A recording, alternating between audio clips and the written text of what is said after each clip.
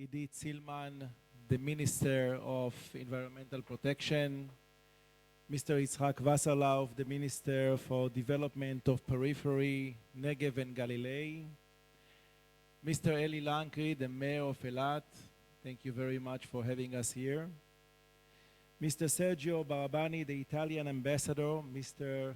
Milan Slanec, from the Embassy of the Czech Republic, Mrs. Dr. Orly Weinstein, the Vice President of Clalit, honorary professors from Israel and from abroad, thank you very much for coming today.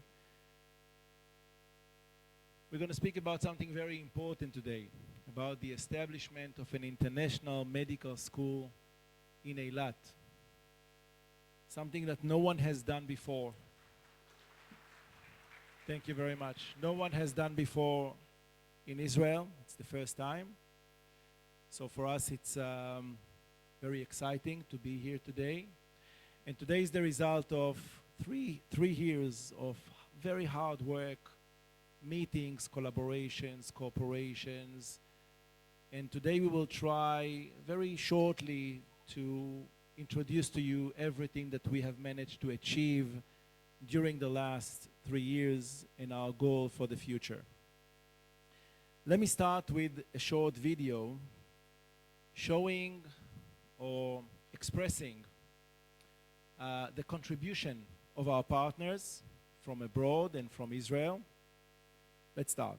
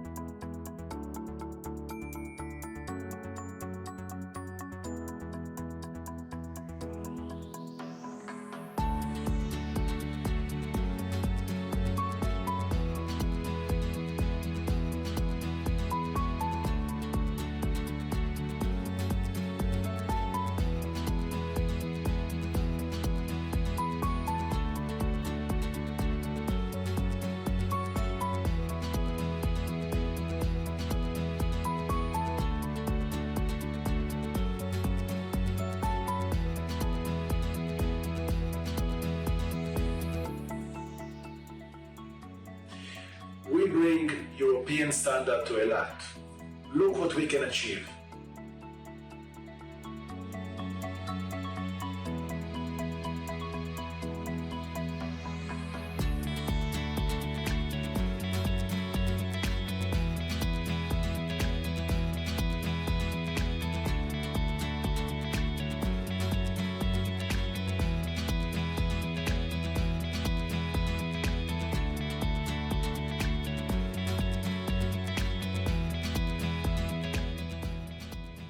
Look what has happened to my city during the last 10 years since the establishment of a medical school.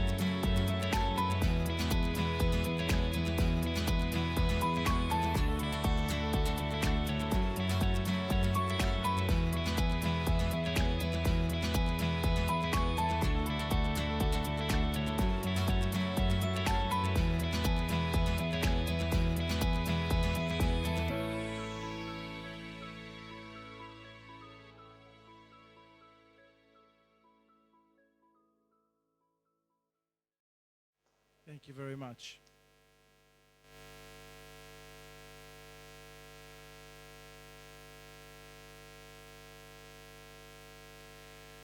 Okay, so here's our goal. We aim to establish an international faculty in Eilat. People ask us why Eilat. Eilat may be the far periphery of Israel, the southernmost point in Israel, but it's the center it's the center of an area bordering with Egypt, Jordan, Saudi Arabia, Israel, and there are so much opportunities in this region and so much academic and health opportunities in Eilat. What we aim to do is to build an Israeli faculty that will be supervised by the Council of Higher Education in Israel, but under the academic umbrella of prestigious universities from Europe. Charles University, first faculty from Prague, Humanitas University from Milano, Zagreb University from Croatia, Palacký University from the Czech Republic. These are a few of the best universities in Europe, perhaps a few of the best universities in the world. And these universities agreed to provide us with a full academic umbrella, teaching the know-how of how to start a medical school, how to do it academically, how to do it with administration, how to establish a medical school in Eilat. And this is, for my opinion, something big. I can tell you that I think that 1.5 years ago, myself, the mayor of Eilat, and Clalit representatives, we went to Europe. We met there with the ministries of education, health, foreign affairs, and they are very proud of being able to support Israel, to give Israel something back, because they're used to get from Israel. Israel is the high-tech nation, providing technologies. But here is a chance for Europe to give something back and to provide an academic umbrella. And at the end, it will be a degree that is recognized in Israel, and it's also recognized in Europe. And something that doesn't exist in Israel still. One of the most important benefits of this project is that Clalit will develop Yosef Tal Hospital and bring it to an academic level. Because as it is now, the health services in Eilat are not the best. It's not a secret. But with academy, we can change that. Because once we have up and running academy in Eilat, it means that we will invite professors from Israel and from abroad, not only to teach in the faculty, but also to work in Yosef Tal. And this can bring something new to the region, not just to the people who live in Eilat and in the area, but also to the 3 million tourists that are coming here annually. And not only that, to the whole region, to people from, hopefully, in the future, Jordan, Egypt, Saudi Arabia. We aim to establish an iconic building. Beautiful building. And in this building, we will have biomedical high-tech center. And I didn't invent it. It exists.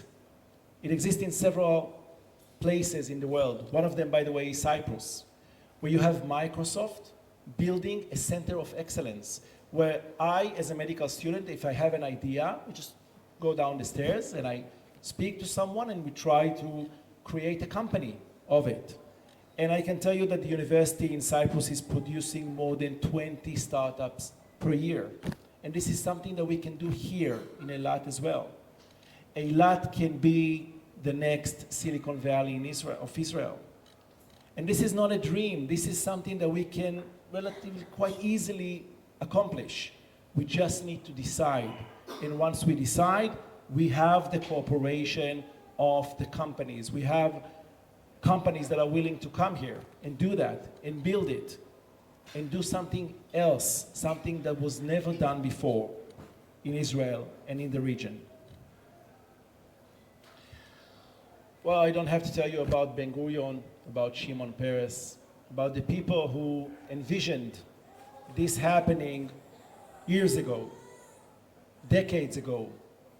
We are only here to realize the dream of building something in the Negev, and specifically in Eilat. And I know that one of the fears of the Council for Higher Education is that people will try to mimic it, maybe offer other medical schools in other locations, like in the central district of Israel. But here I say, Eilat is unique. We need to do it in Eilat, and in Eilat only, because Eilat is special. It's special to Israel, it's special to the region. And as it is special tax-wise, it should also be special or unique academic-wise. And it's possible. We just need to decide that we're doing it. Geopolitical advantage, as I mentioned before, the borders of Eilat, the partnerships that we can build.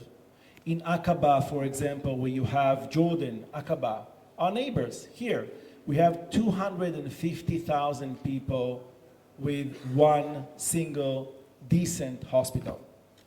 If Yosef Tal will become something else, it will be an opening to collaborations that doesn't exist now and can exist in the future. We have applied to the Council for Higher Education. And maybe it's not a secret, we were refused. For my opinion, refused quite quickly. It took them 10 days to decide to refuse an application that we built during 3 years, thousands of working hours, thousands of documents that we have produced. No one read them through. But I can tell you, and that's the good news, that the Minister of Education has decided to reopen our application, and I believe that there is a chance that it will be approved.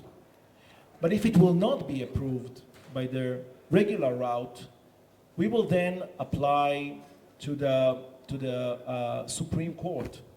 We will do whatever is necessary in order to realize this calling, in order to realize this vision. Because establishing a medical school in Eilat under the academic umbrella of European schools, it's going to happen. It's not a dream. It's not science fiction. This is something that we are already doing. We have a plan, we have a syllabus. We know what we're teaching every day. We have students, we have professors supporting us. We just need the approval. We just need to overcome the bureaucratic obstacle. And then we are good to go. We can start in October 2025, the first year of a medical school. The entry requirement will not be easy. You'll need a decent psychometric exam achievement. But in addition, you'll need to pass what's required in Europe, a scientific, medically oriented written exam, and then an oral exam, MMI. MMI is a personality exam. Not so easy to pass. But once you pass these stages, you know that you got the best students. And I'll tell you something.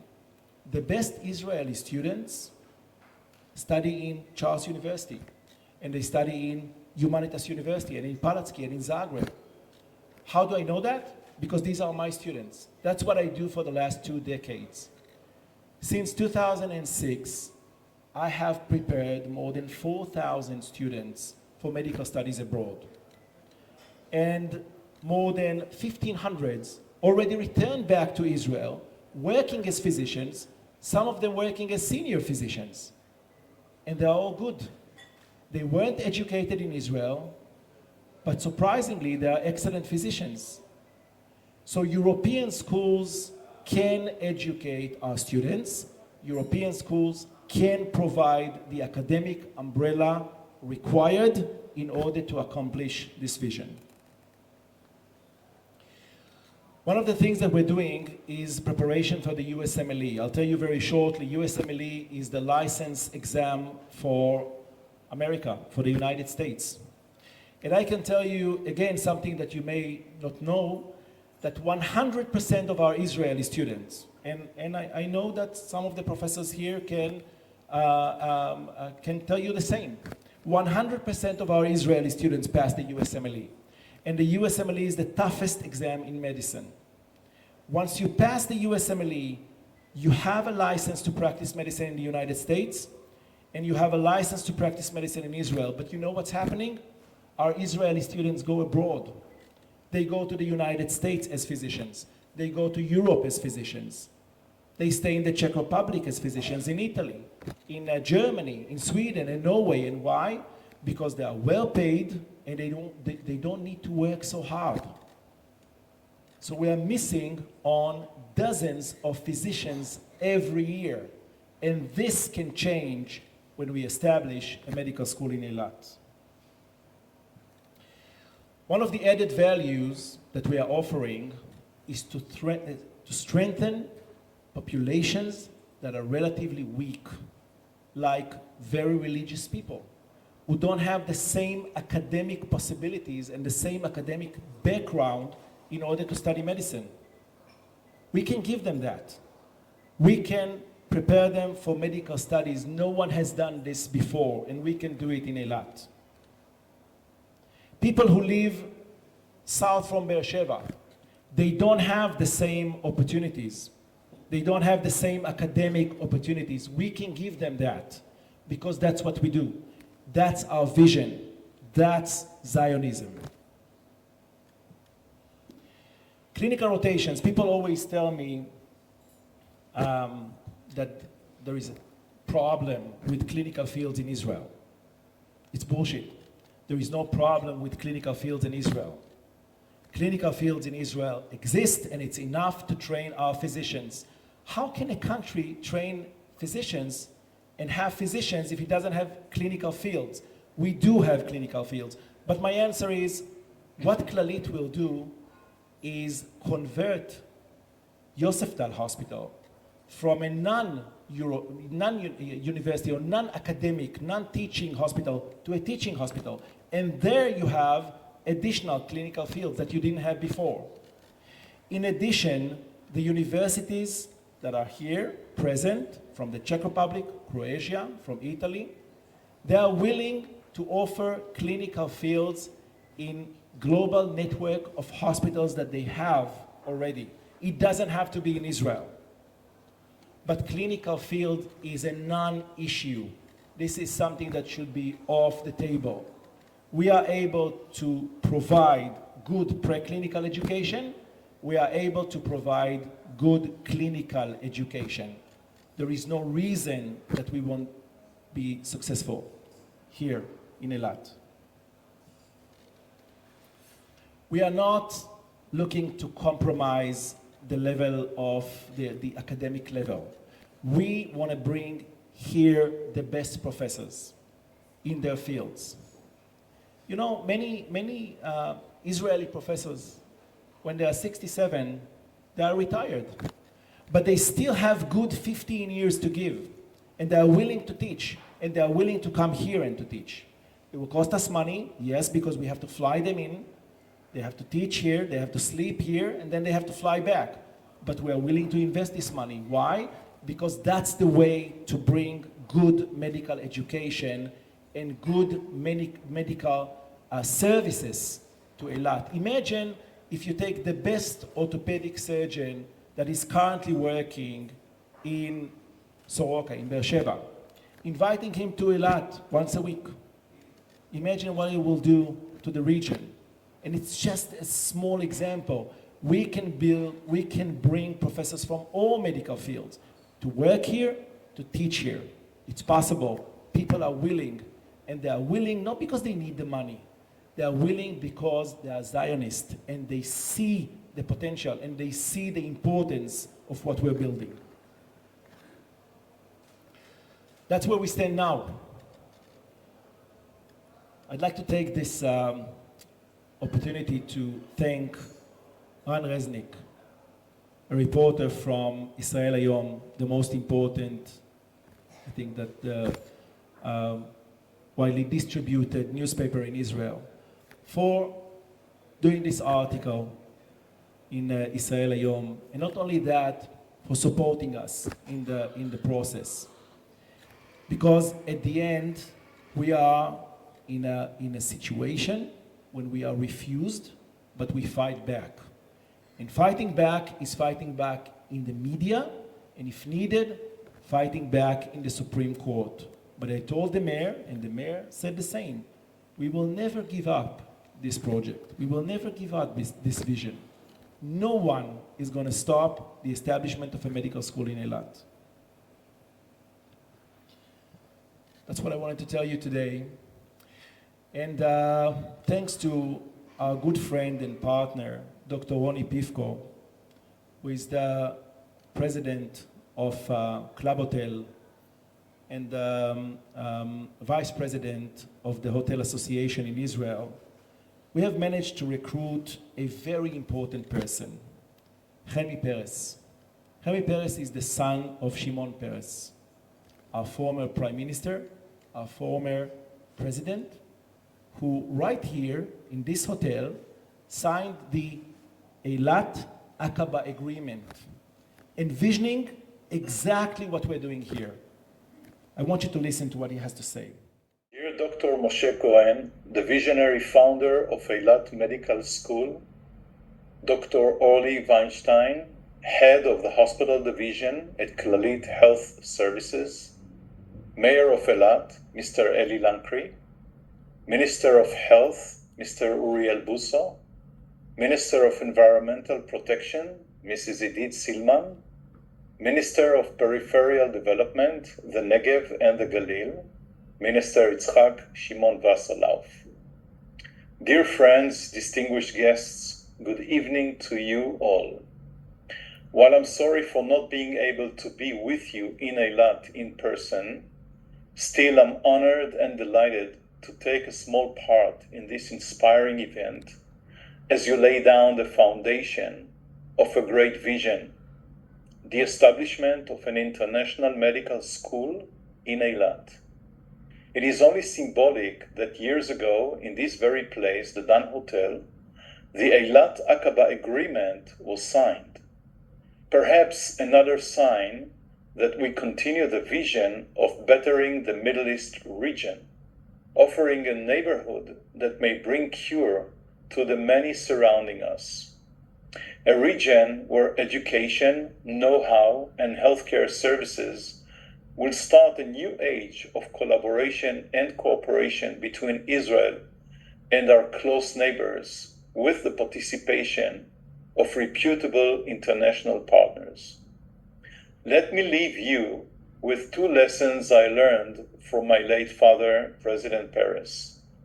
The first one is that in Israel there is simply no room for small dreams. So make sure this venture is as great as could be. And the second one is that we are as great as the cause we serve. I wish you all great success as you embark on realizing another great dream, serving a great cause. Thank you so much, and happy Passover. Thank you very much. With this kind of support and people believing in us, in realizing our vision, I'm sure that we will not fail.